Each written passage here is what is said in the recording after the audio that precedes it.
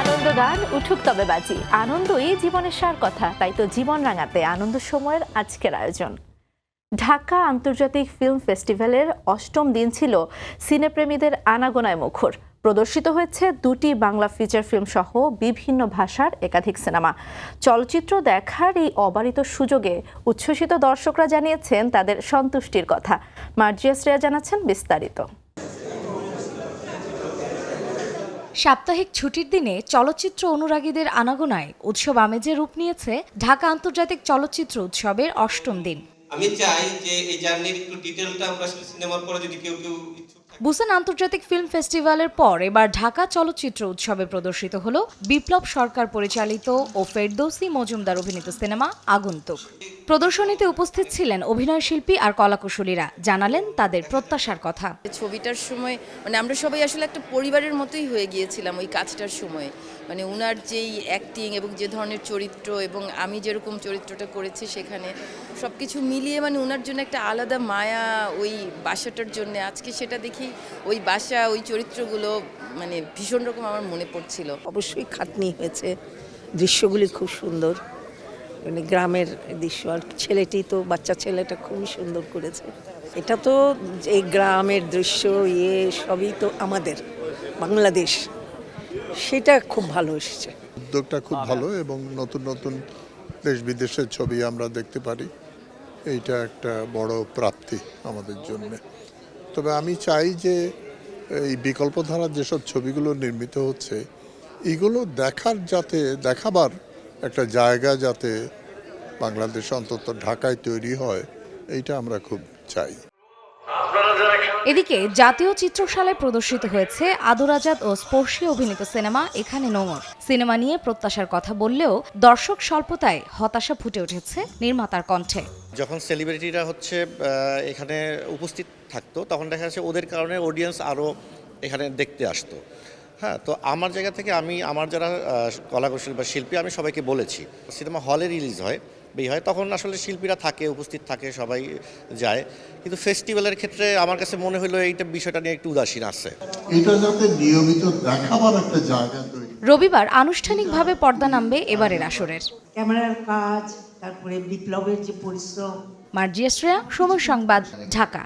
এটা তো আপনাদের অনেক কন্ট্রিবিউশন, আমরা ছোট করে হতে চেয়েছিলেন ফুটবলার, ইচ্ছা পূরণে মোহামেডান ক্লাবে প্র্যাকটিসও শুরু করেন।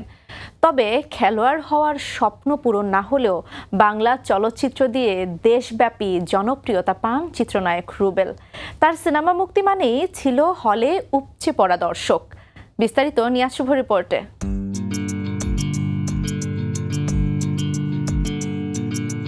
কখনো শূন্যে দুপা মেলে খেজুর গাছে ঝুলন্ত কলসি ভেঙে দিতেন, আবার কখনো শূন্যে লাফিয়ে একসঙ্গে 4 জনকে লাথি দিয়ে ধরাশায়ী করতেন। হলিউডের ব্রুসলির মতো কুংফু নায়ক রুবেলের মাধ্যমেই দেখতেন বাংলা সিনেপ্রেমীরা। দীর্ঘ 1.5 দশক যার একটি সিনেমাও বাণিজ্যিকভাবে ব্যর্থ হয়নি তিনি চিত্রনায়ক রুবেল। অথচ সুপারহিট এই নায়কেরই রূপালী পর্দায় আসার কোনো ইচ্ছে ছিল না। তিনি স্বপ্ন দেখতেন দেশ সেরা ফুটবলার হওয়ার। ড্রিম ছিল আমার ফুটবলার হওয়ার। বাট আসলে সত্যিকার অর্থে যে একজন মুসলিম হিসেবে আমি বিশ্বাস করি যে আপনার নিজস্ব ড্রিমটা থাকতেই হবে। তারপর যে বলা হয় যে আল্লাহ তাআলা হচ্ছেন শ্রেষ্ঠ পরিকল্পনাকারী। ওনার পরিকল্পনা ছিল যে আমি হিরো হব। সো আমি অন্য যা কিছুই চিন্তা করি না কেন, ওরা সব কিছুই ধামা চাপা যাবে বা মাটি চাপা পড়ে যাবে। মার্শাল আর্টে ব্ল্যাক বেল্ট পাওয়া রুবেলের মারপিটের দৃশ্য বিশেষভাবে আকর্ষণ করত দর্শকদের। ক্যারিয়ারের তুঙ্গে থাকা অবস্থায় 2006 সালে চলচ্চিত্র থেকে সরে দাঁড়ান বাংলার ব্রুসলি খ্যাত এই অভিনেতা। ভাইয়া সবসময় বলতেন যে তুমি রাজা থাকা অবস্থায় তুমি সরে যাও, ডিথ্রোন হওয়া আছে। তোমাকে কেউ ধাক্কা দিয়ে সরিয়ে দিয়ে তোমার চেয়ারে কেউ বসলো, তার চেয়ে তুমি সসম্মানে সরে যে আরও জনে বসার জায়গা করে দাও, তাহলে তুমি এই সম্মানটি তুমি সারা জীবন থাকতে পারবে এবং সারা জীবন রাখতে পারবে। সম্প্রতি সময়ে রায়হান রাফির ব্ল্যাক মানির মাধ্যমে ওয়েব সিরিজ জগতে প্রবেশ করেছেন রুবেল। পাশাপাশি কিছু সিনেমার কাজেও দেখা যাচ্ছে তাকে। 90 দশকের এই অ্যাকশন হিরোকে নিয়মিত পর্দায় দেখার প্রত্যাশা অনুরাগীদের। নিয়াজ শুভ, সময় সংবাদ, ঢাকা। সঙ্গীত জীবনের 50 বছর পূর্ণ করলেন কিংবদন্তি শিল্পী নকিব খান। কৈশোরে ব্যান্ড সঙ্গীতের সঙ্গে জড়িয়ে পড়া এই শিল্পী স্বাধীনতার পর যোগ দেন সোলস ব্যান্ডে। 10 বছর পর 1985 সালে গড়ে তোলেন নিজের ব্যান্ড রেনেসা। নিজের গাওয়া গানের পাশাপাশি দীর্ঘ সঙ্গীত ক্যারিয়ারে মন শুধু মন ছুঁয়েছে আয়ুব বাচ্চুর এখন অনেক রাত, কুমার বিশ্বজিতের তোরে পুতুলের মতো করে সাজিয়ে সহ বেশ কিছু কালজয়ী গানে সুর দিয়েছেন তিনি। শুক্রবার তিনি এই শিল্পীর ক্যারিয়ারের 5 দশক পূর্তি উপলক্ষে আয়োজিত এক অনুষ্ঠানে তিনি শোনান সঙ্গীত জীবনের পথ চলার গল্প। তুমি জীবন্ত, বড় জীবন্ত, তাই তো আমি ভালোবাসি, তোমায় এত ভালোবাসি। এভাবেই সুরে সুরে ভাসিয়ে পার করেছেন 50টি বছর। গানে গানে তৈরি করেছেন এক মন থেকে আরেক মনে ভালোবাসা বিনিময়ের অদৃশ্য মেলবন্ধন। তুমি তো পথে আঁকা ছবি নও, ফুলদানি কোনো ফুল নও। দিনে দিনে বদলেছে শ্রোতার রুচি, গানের ধারাতেও এসেছে তুমুল পরিবর্তন। সময়ের সে চাহিদা পূরণ করে প্রেমে কিংবা উদযাপনে কয়েক প্রজন্মের হাত ধরে আছেন নকিব খান। তুই কি আমার রাত পোড়ানো চাঁদ হবি, তোকে আমি আলো দেব।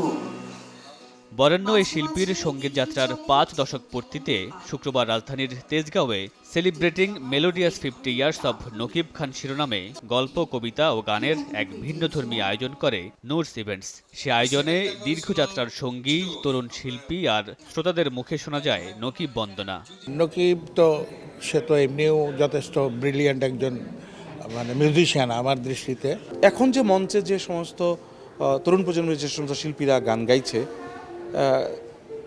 5টা গান গেলেও দেখা যায় যে নকিবের কোনো না কোনো একটা গান তারা গাচ্ছে। কম্পোজার হিসেবে উনি অসাধারণ অসাধারণ। এখনও এই বয়সে উনি যা যা কম্পোজ করেন এগুলো এক কথায় অনবদ্য।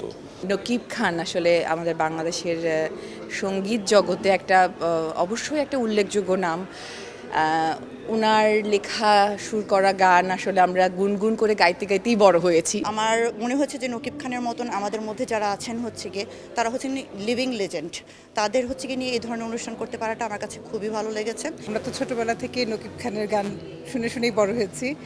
আর নূর ইভেন্টের যে জিনিসটা সবচেয়ে ভালো লেগেছে, কবিতার সাথে একটা গানের একটা সংমিশ্রণ আছে, সেই জিনিসটা খুব ভালো লেগেছে। দীর্ঘ সঙ্গীত যাত্রা স্মরণ করে নকিব খান শোনালেন গানে প্রথম সুর দেওয়ার গল্প।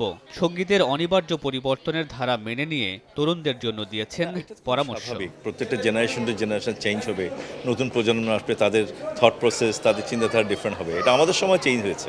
মিউজিকের শর্টকাট বলে কিছু নেই, একটু ধৈর্য ধরতে হবে। যেটা হচ্ছে যে স্টার হওয়া খুবই সোজা, বাট সত্যিকার অর্থে সঙ্গীত শিল্পী হওয়া, সত্যি অর্থে শিল্পী অনেক কঠিন। জীবন ধন্য হতো রূপসী প্রাপ্তি অপ্রাপ্তির হিসেবে আর কিছু নয়, কেবল মানুষের ভালোবাসাই নকিব খানের কাছে বড় প্রাপ্তি। মামুনুর রশিদ পনেল, সময় সংবাদ।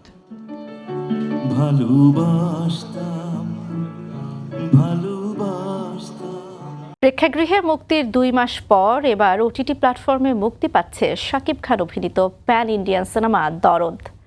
বাংলাদেশ ও ভারতের যৌথ প্রযোজনায় অনন্য মামুন পরিচালিত রোমান্টিক সাইকো থ্রিলার ঘরানার সিনেমাটিতে শাকিবের বিপরীতে অভিনয় করেছেন বলিউড অভিনেত্রী সোনাল চৌহান আর কলকাতার অভিনেত্রী পায়েল সরকার। ইউটিউবে কি দেখছেন মানুষ, কেমন কন্টেন্ট কিংবা গানের প্রতি আগ্রহ বেশি দেখাচ্ছেন, এমন অনেক প্রশ্নের উত্তর পাওয়া যায় ইউটিউব ট্রেন্ডিং লিস্টে। গেল 7 দিনে ট্রেন্ডিং তালিকা দেখলে যে তথ্য পাওয়া যায় তাতে উঠে এসেছে হতাশার চিত্র। তানভীর হাসান জানাচ্ছেন বিস্তারিত।